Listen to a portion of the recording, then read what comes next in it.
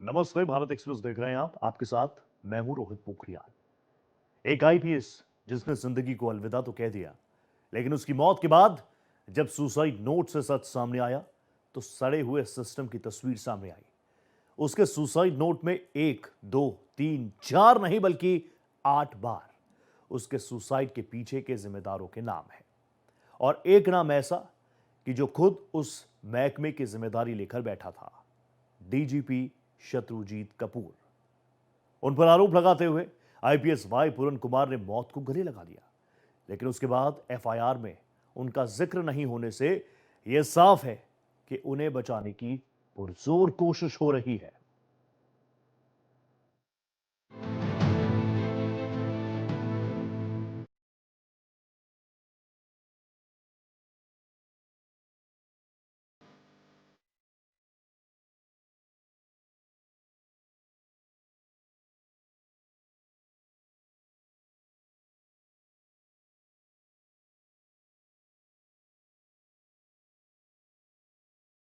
IPS के suicide note में 8 बार DGP का नाम, लेकिन एफआईआर में डीजीपी का नाम क्यों नहीं? आखिर डीजीपी शत्रुजीत को कौन बचा रहा है? आईपीएस की मौत के बाद परिवार मांग रहा इंसाफ। आईपीएस पूरन कुमार के सुसाइड नोट में 1 बार, 2 बार, 3 बार, 4 बार, बल्कि 5 बार नहीं, 8 बार डीजीपी शत्रुजीत कपूर का नाम है। लेकिन अभी तक सरकार की ओर से आरोपियों के खिलाफ कोई एक्शन नहीं लिया गया है। पुलिस का मुखिया, जिस पर पूरे महकमे की जिम्मेदारी होती है, अगर उस पर पुलिस का ही बड़ा अधिकारी आरोप लगाता है तो किसी की हिम्मत है कि एफआईआर में उसका नाम जोड़ दिया जाए? सुसाइड के बाद जब पूरन कुमार की पत्नी अमनीत पी कुमार ने एफआईआर करवाई तो पुलिस का रवैया यहां भी देखा गया। चंडीगढ़ पुलिस ने डीजीपी का नाम सुनते ही एफआईआर में कारस्तानी कर दी, और करना भी मजबूरी कहिए या वर्दी के लिए वफादारी। पुलिस की ओर से डीजीपी का नाम लिखा ही नहीं गया। जिस एफआईआर के कॉलम नंबर 7 में आरोपियों के नाम लिखे जाते हैं, मामला डीजीपी साहब से जुड़ा था तो आरोपियों के नाम यहाँ पर लिखे ही नहीं गए। एफआईआर के कॉलम नंबर 7 में जैसा कि फाइनल नोट में उल्लेखित है, ये लिख दिया गया। कॉलम नंबर 7 में जहां पर आरोपियों के नाम लिखे जाते हैं, वहां जैसा कि फाइनल नोट में उल्लेखित है, लिखा गया था। वाह पुलिस वालों वाह! एक तरफ एक वर्दीधारी ने सुसाइड कर लिया, लेकिन आपके ही विभाग के उच्च अधिकारियों के उत्पीड़न से एक आईपीएस अगर सुसाइड कर लेता है तो उस आरोपी का नाम लिखना भी गुनाह हो जाता है। एक आईपीएस जो जिम्मेदार पद पर बैठा था, उसे आत्महत्या के लिए उकसाया गया, उसे जाति के नाम पर शर्मिंदा किया गया, जो इस कदर टूट गया कि उसे मौत के सिवा कुछ नहीं दिखा। और एक एफआईआर में आरोपियों का नाम लिखने पर आपके हाथ कांप उठे। मृतक आईपीएस पूरन कुमार की पत्नी ने इस एफआईआर में आरोपियों के नाम नहीं लिखे जाने पर जब ऐतराज किया तो मीडिया में खबरें आने के बाद पुलिस ने दबाव में ही सही डीजीपी शत्रुजीत कपूर सहित नामित अधिकारियों के नाम एफआईआर में संशोधित किए। लेकिन डीजीपी पर आखिर कौन मेहरबान हो रहा है? एक आईपीएस के सुसाइड करने के बाद उसका परिवार लगातार इंसाफ की गुहार लगा रहा है, लेकिन उस परिवार की सुध लेने वाला कोई नहीं है। उनका दर्द सुनने के लिए कोई जिम्मेदार नहीं है जो उन्हें इंसाफ दिला सके। जीरो टॉलरेंस का वादा करने वाली नायब सरकार के राज में एक आईपीएस का परिवार इंसाफ की गुहार लगा रहा है। 6 दिन बाद भी महापंचायत की नौबत आई तो आई क्यों? आईपीएस पूरन कुमार ने अपने सुसाइड नोट में 8 बार डीजीपी शत्रुजीत कपूर का जिक्र किया। उन पर पोस्टिंग, प्रमोशन, छुट्टियों में भेदभाव, गैर मौजूद पदों पर पोस्टिंग देकर शिकार बनाना, उनके काम को नजरअंदाज करना, सार्वजनिक रूप से अपमानित करना, पिता के निधन पर छुट्टी नहीं देना, डीजीपी के निर्देश पर एनुअल रिपोर्ट में गलत टिप्पणी करना, झूठी जानकारी फैलाने का आरोप लगाना। जातिगत उत्पीड़न में बैचमेट्स भी शामिल रहे। मनोज यादव, पीके अग्रवाल, टीवीएसएन प्रसाद बैचमेट थे, जो उनकी शिकायतों को नजरअंदाज करने, उनसे जुड़ी जानकारी जानबूझकर लीक की गई, जिससे आईपीएस पूरन कुमार की गरिमा को ठेस पहुंची। जातिवाद, पोस्टिंग में भेदभाव, एसीआर में गड़बड़ी का भी जिक्र, सरकारी आवास नहीं मिलने, प्रशासनिक शिकायतों में अनदेखी करने का भी जिक्र है। पूरन सिंह के सुसाइड के बाद सियासी हवा में गर्माहट है। जेजीपी के राष्ट्रीय अध्यक्ष अजय चौटाला ने एक पुलिस अधिकारी के सुसाइड को गंभीर बताते हुए उच्च स्तरीय जांच की मांग की है, तो पंजाब कांग्रेस के अध्यक्ष अमरिंदर सिंह राजा ने भी इसे गंभीर बताते हुए परिवार को इंसाफ दिलाने के लिए कहा है। तो चंडीगढ़ में आईपीएस पूरन कुमार सुसाइड केस को लेकर महापंचायत भी हुई है। तो पहले दिन से इस बात को कह रहे हैं कि इसकी निष्पक्ष जांच और जो भी दोषी लोग हैं उनको सख्त से सख्त सज़ा मिले।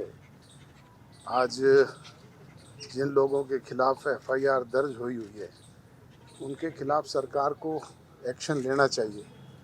जब परिवार की एक ही मुख्य मांग है कि डीजीपी को और एसपी को अरेस्ट करें, सरकार अब तक अरेस्ट करना तो दूर उनके बयान तक दर्ज करने का काम नहीं कर रही है। तो ये इससे बड़ा और बेइंसाफी क्या हुई इस परिवार के साथ होगी। सो बहुत ही अनहोनी घटना है, बहुत ही माड़ा होया है। एक आईएएस और एडीजीपी ਦਾ ਪਰਿਵਾਰ ਜਿਹੜਾ ਮਰ ਗਿਆ ਉਹ ਐਫਆਈਆਰ ਲਖਾਉਣ ਦੀ ਲੜਾਈ ਲੜ ਰਿਹਾ ਹੈ ਤੇ ਗੁਨੇਗਾਰਾਂ ਨੂੰ ਸਜ਼ਾ ਦੇਣ ਦੀ ਲੜਾਈ ਲੜ ਰਿਹਾ ਹੈ। आई थिंक कि शर्म होनी चाहिए। इस पूरे मामले में ये तो साफ है कि डीजीपी शत्रुजीत कपूर की राजनीतिक पकड़ भी ऊपर तक है, तभी तो उनके खिलाफ सरकार ने अभी तक बड़ा एक्शन नहीं लिया। सुसाइड नोट में जिक्र सभी अधिकारियों पर अभी तक कोई गाज नहीं गिरी। मामला बढ़ने के बाद एसआईटी गठित कर दी गई, लेकिन एक खाकी वर्दी के बड़े अधिकारी ने सुसाइड नोट में जो गंभीर आरोप लगाए, उसके बाद पुलिस की छवि के साथ वर्दी पर भी सवाल खड़े हो गए हैं। अब सभी को निष्पक्ष जांच और आरोपियों के खिलाफ कार्रवाई का इंतजार है। आईपीएस पूरन की पत्नी सहित पूरा परिवार अब सरकार से आस लगाए बैठा है कि उनके पति को इंसाफ मिलेगा। हालांकि अमनीत कुमार अधिकारियों के नाम शामिल करने पर अड़ी हैं। ऐसे में सवाल खड़ा हो रहा है कि क्या हरियाणा के डीजीपी शत्रुजीत कपूर और रोहतक के एसपी नरेंद्र बिजराड़िया की मुश्किलें बढ़ेंगी। Bureau report, Bharat express. Puran Kumar के सुसाइड के बाद चंडीगढ़ में 31 सदस्यीय कमेटी की महापंचायत हुई, जिसमें सभी दलों के लोग सम्मिलित होने पहुंचे। सरकार को महापंचायत की ओर से 48 घंटों का अल्टीमेटम दिया गया। डीजीपी और एसपी को बर्खास्त कर गिरफ्तार करने की मांग की गई, तो मांग नहीं मानने पर गवर्नर का घेराव करने की चेतावनी तक जारी कर दी गई।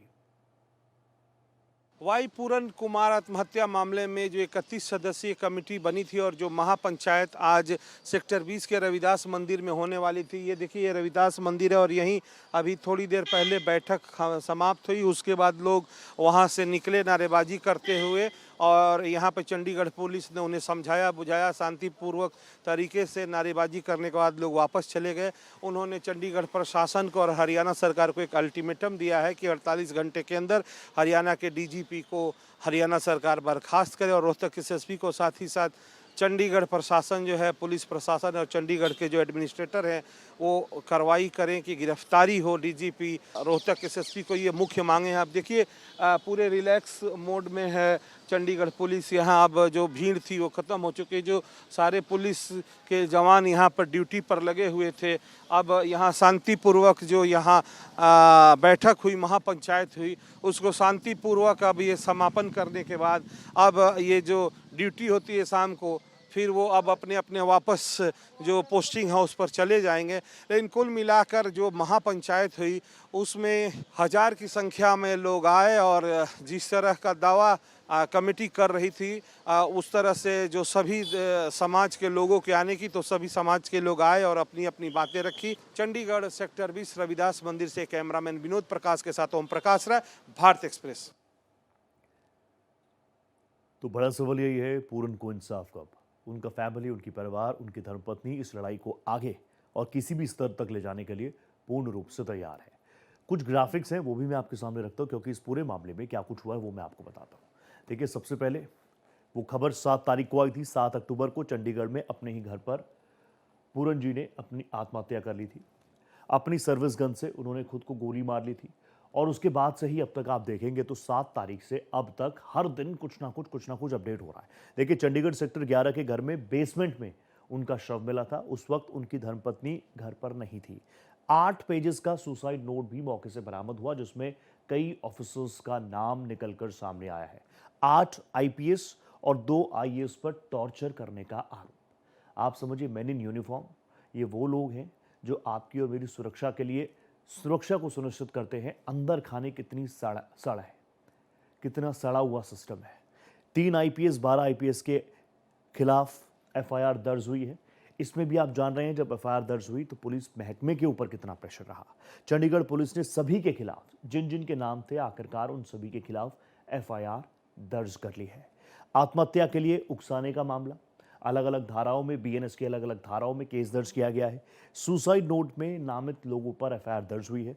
सेक्टर 11 पुलिस स्टेशन में एफआईआर दर्ज हो गई है और 7 तारीख से अब तक अगर आप देखेंगे तो फैमिली कह रही है कि इस मामले में जब तक न्याय नहीं होगा वो पीछे नहीं हटेंगे।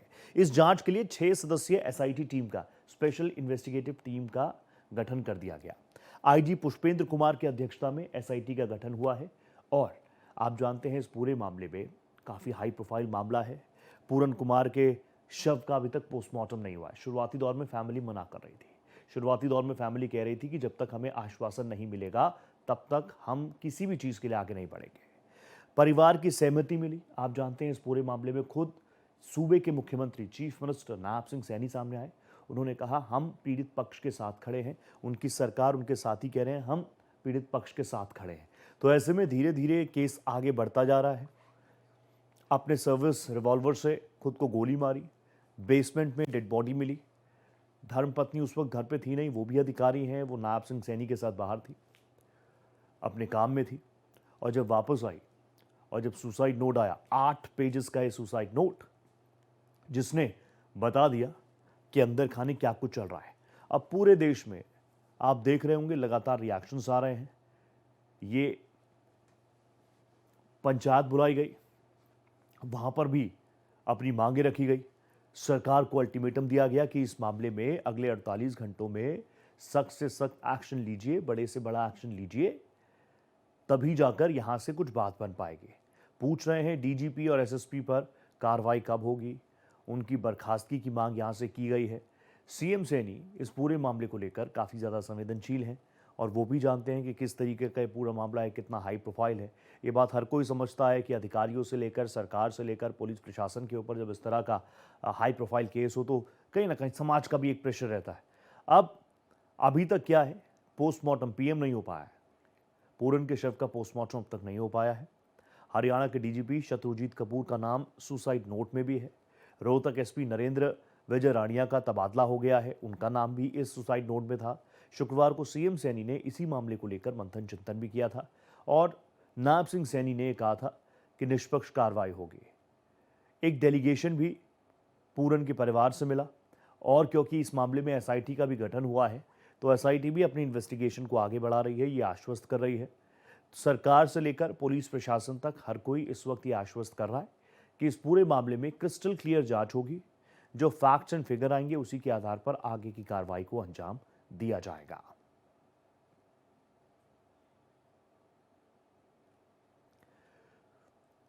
तो एफआईआर दर्ज हो गई है। 3 आईएएस 12 आईपीएस पर एफआईआर दर्ज हो गई है। चंडीगढ़ पुलिस ने सभी के खिलाफ बीएनएस की अलग अलग धाराओं के तहत, जिसमें सुसाइड के लिए उकसाना जैसी कई धाराएं हैं, सुसाइड नोट में नामित लोगों के खिलाफ केस दर्ज किया गया है। सेक्टर 11 के पुलिस स्टेशन में एफआईआर दर्ज हो गई है। जांच के लिए 6 सदस्यीय एसआईटी का गठन हुआ है। आईजी पुष्पेंद्र कुमार की अध्यक्षता में एसआईटी अपनी इन्वेस्टिगेशन को आगे बढ़ाएगी। मेरे साथ मेरे वरिष्ठ सहयोगी ओम प्रकाश राय जुड़ चुके हैं। ओम प्रकाश जी, अभी हमने आपकी रिपोर्ट भी देखी और 7 तारीख से लेकर आज तक रोज गहमा गहमी हो रही है। मैं आपसे जानना चाहूँगा आज पूरा दिन किस तरीके से आगे बढ़ा, क्योंकि काफ़ी हाई प्रोफाइल केस है। नायब सिंह सैनी जी ने भी मीटिंग्स ली हैं, पुलिस प्रशासन के ऊपर भी बड़ा प्रेशर है और देश भी देख रहा है, जनता भी देख रही है कि इस पूरे केस में आखिर हो क्या रहा है। देखिए रोहित, आपको बताना चाहूंगा कि वाई पूरन कुमार का ये जो सुसाइड का मामला है, इस मामले को हम 7 तारीख से ग्राउंड रिपोर्टिंग कर रहे हैं उनके घर से और जब उनकी पत्नी आई है वापस तब से। और सबसे बड़ी ये आप जो खबर हम बिल्कुल निष्पक्ष दिखा रहे हैं। हमें किसी से क्या नहीं, हम दोनों पक्षों की खबर दिखा रहे हैं। सरकार क्या कर रही है, पीड़ित परिवार क्या कर रहा है। और जिस तरह से कल मुख्यमंत्री मिलने आए पंजाब से, उससे पहले हमारे सीएम हरियाणा के आए, और आज आपको बता दूं लेटेस्ट की गवर्नर जो है वो थोड़ी देर पहले मिलके गए हैं। उनसे हरियाणा के गवर्नर जो नए आए हैं जी वो मिलके गए हैं सिंह घोष जी। अब मेरा ये जो आज महापंचायत थी उसको लेकर मैं आपको बताना चाहूंगा कि एक 31 सदस्यीय कमेटी वाई पूरन कुमार की जो पत्नी है अमित कुमार, उनके जो साले हैं अमित जो अमित कुमार के भाई हैं वो, और भी जो उनके परिवार के, उनकी माँ और जो भी लोग रिश्तेदार हैं उनके सहयोग से और लोगों के भी उसमें शामिल थे। 36 लोग इस कमेटी बनाई गई थी और उनकी जो आज मीटिंग रखी गई रविदास मंदिर सेक्टर 20 चंडीगढ़ में, वहाँ हजारों की संख्या में लोग इकट्ठा हुए और चर्चाएं हुई, थोड़ी उसमें बहस भी हुई कोई कुछ बात को लेकर, लेकिन वो अलग बातें हैं। और उसके बाद आपको बताना चाहूंगा कि वहां से निकल के सड़क पर आकर और जैसे आगे बढ़े तो चंडीगढ़ पुलिस ने पूरा अपने हुजूम के साथ, पूरे जवानों के साथ वहां पे बैरिकेडिंग लगा के रखी थी कि उनको आगे नहीं बढ़े। चंडीगढ़ केंद्र शासित प्रदेश है और यहाँ बड़े सख्त नियम है, तो वहां उनको रोका गया। इसके बाद उन्होंने थोड़ी बहुत नारेबाजी की और इसके जी बाद उन्होंने कहा कि हम 48 घंटे का अल्टीमेटम दे रहे हैं। बिल्कुल सही बात है। बहुत धन्यवाद ओम प्रकाश राय जी, आप जुड़े मेरे साथ, थैंक यू सो मच। तो ये अपडेट्स लगातार ओम प्रकाश राय जी से आप सुन रहे थे, लगातार ग्राउंड रिपोर्टिंग वो कर रहे हैं और इस पूरे मामले पर निगाहें सबकी हैं। पूरन को इंसाफ कब, ये पूरा देश पूछ रहा है, क्योंकि ये मामला जितना हाई प्रोफाइल है उतना ही लोगों के मन में भी पूछा जा रहा है कि जब जब हम यूनिफॉर्म को देखते हैं हम अपनी सिक्योरिटी सेफ्टी को मानते हैं, लेकिन अंदर खाने सिस्टम कितना सड़ा हुआ है। अब इस मामले में आप देखिए महापंचायत हुई है और महापंचायत ने सीधे सीधे अल्टीमेटम दे दिया है। महापंचायत का अल्टीमेटम क्या है वो भी मैं आपको बता देता हूँ। वो साफ तौर पर कह रहे हैं कि हरियाणा सरकार और चंडीगढ़ एडमिनिस्ट्रेशन को उन्होंने सीधा सीधा वार्न कर दिया है, बोल दिया है कि हमारी मांगे आपको मांगनी पड़ेगी।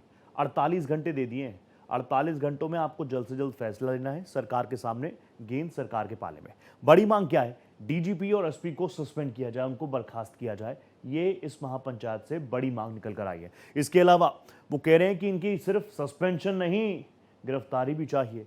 अगर मांग नहीं मानी गई तो गवर्नर के आवास का हम घेराव करेंगे ताकि हमारी बात को बड़े लेवल पर सुना जाए। अब अमनीत कुमार की मांग क्या है? उनकी धर्मपत्नी है, चेहरा भी आपके सामने मैं रख रहा हूँ, आप समझ सकते हैं वो किस मनोदशा से इस वक्त गुजर रही होंगी। लेकिन लगातार भारत एक्सप्रेस बहुत संवेदनशीलता के साथ आपके सामने फैक्ट्स रख रहा है।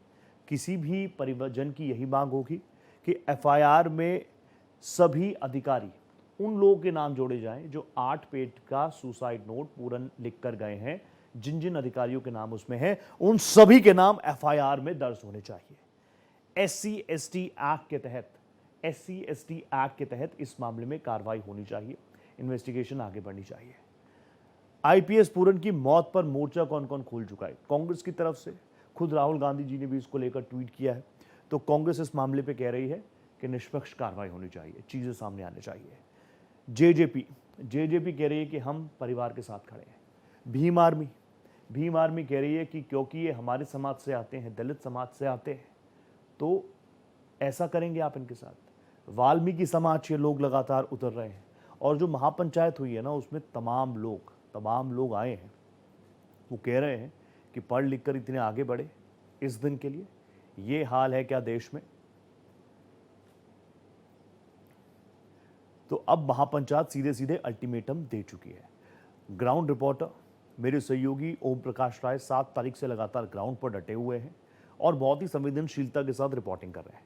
राय साहब, मैं सीधा आपके पास आ गया। आपने महापंचायत को भी आज कवर किया और इसमें प्लीज आप मुझे बता दीजिए यहां से क्या कुछ निकला और सीधा सीधा अल्टीमेटम जो दिया उसके बाद से सरकार की तरफ से किसी तरह का कोई रिएक्शन आया? सरकार से या चंडीगढ़ प्रशासन से तो कोई मैसेज नहीं आया है, लेकिन आपको बता दें कि जो अल्टीमेटम उन्होंने दिया है और जो वो चाहते थे दिखाना लोगों को, वो लोग इकट्ठा हो गए। जो सभी लोगों को बुलाया गया और हर दल से लोग आए, बीजेपी के भी लोग आए, बीजेपी की सरकार है, बीजेपी के लोग आए और वहाँ उन्होंने अपनी बातें करी। और सबसे बड़ी बात है कि मुख्यमंत्री मांग है कि जो डीजीपी है है और ये नरेंद्र बिजारिया जो रोचक तस्वीरों को प्रभाव से बर्खास्त करके और उनको गिरफ्तार किया जाए, क्योंकि उनके चलते ही उन्होंने ऐसा कदम उठाया अपना जीवन। और आपको बता दी, ऐसा वैसा आदमी नहीं थे वाई सुरेश।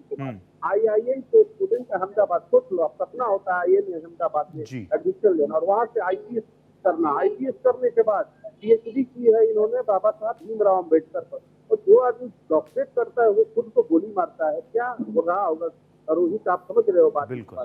तो उसी को लेकर उनकी पत्नी का भी कहना है कि तुरंत तो चले गए, वीडियो आया तुरंत तो चले गए।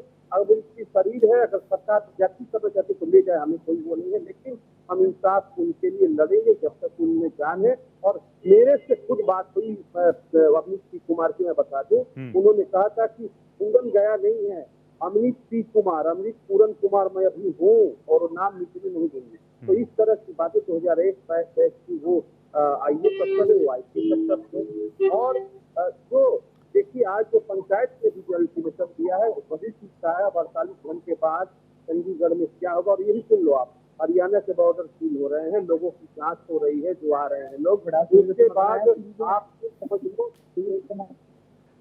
बिल्कुल सही बात कह रहे हो ओम प्रकाश राय आप। ये तमाम चीज़ें हैं, भारत एक्सप्रेस लगातार ग्राउंड पर डटा हुआ है और अमनीत कुमार सीधे सीधे कह रहे हैं इस पूरे मामले में SC/ST एक्ट के तहत सख्त कार्रवाई होनी चाहिए।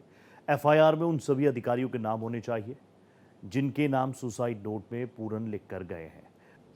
पुलिस तो चारों ओर से दबाव में है, लेकिन सबसे बड़ी बात है कि जब पोस्टमार्टम नहीं होगा तो आगे की कार्रवाई कैसे पुलिस करेगी। सही बात है। ये होता है तो पोस्टमार्टम जरूरी है। पोस्टमार्टम के बाद अगला स्टेप होगा लोगों को। सबसे बड़ी बात है आपको मैं बता रहा हूँ, उस पर FIR दर्ज नहीं की जा रही। अगर वो FIR दर्ज होती है तो आपको मालूम है उसको SC/ST एक्ट लगेगा, हत्या से आत्महत्या करने के उकसाने का मामला लगेगा और इसमें नॉन बेलेबल है, तो सुप्रीम कोर्ट जाना पड़ेगा बेल लेने के लिए, गिरफ्तारी भी होगी, जेल जाना पड़ेगा, नौकरी से जाएंगे। और जो अभी FIR हुई है मैंने बताया, तो चंडीगढ़ पुलिस को तो उसका आज करने का जो नोट फाइनल नोट करके उन्होंने लिख के भेजा था, उस पर चंडीगढ़ पुलिस ने खुद FIR किया है। इसको वो तैयार ने अमित कुमार की FIR पे हम केस लड़ेंगे, क्योंकि बहुत कमजोर FIR है, उसमें तो कॉलम 7 में नाम भी नहीं है जो आरोपी। ये तो बस एक वो FIR की जो वो बना के किए, ये लोगों का सुसाइडल में नाम है और ये करके अब वो तो ये केस चल नहीं पाएगा। तो वो समझ नहीं, IAS अधिकारी है, 30 रैंक के अफसर हैं, तो ऐसा नहीं है, वो समझ रहे हैं कि क्या चीज है। और इसीलिए वो अड़ी है कि अगर मेरे पति को इस दुनिया को छोड़ के जाना पड़ा, इतने मतलब पढ़े लिखे और एक आप समझ रहे हो जिस परिवार से वो आ रहे हैं, आज भी ये कहा जाता है दलित समाज आरक्षण इसीलिए दिया गया है, तो लेकिन आज भी इनको लगता है कि हम दबे हुए हैं। तो बिल्कुल सही बात है जो बातें आपने मुझे बताई है ओम प्रकाश जी, जिस तरीके से, जिस स्ट्रगल के साथ, जिस मेंटल लेवल के साथ उन्होंने इन चीज़ों को अचीव किया, ऑब्वियसली कोई आसान काम नहीं है। बहुत धन्यवाद ओम प्रकाश जी, आप जुड़े मेरे साथ, थैंक यू सो मच। नजर आप बनाए रखिएगा।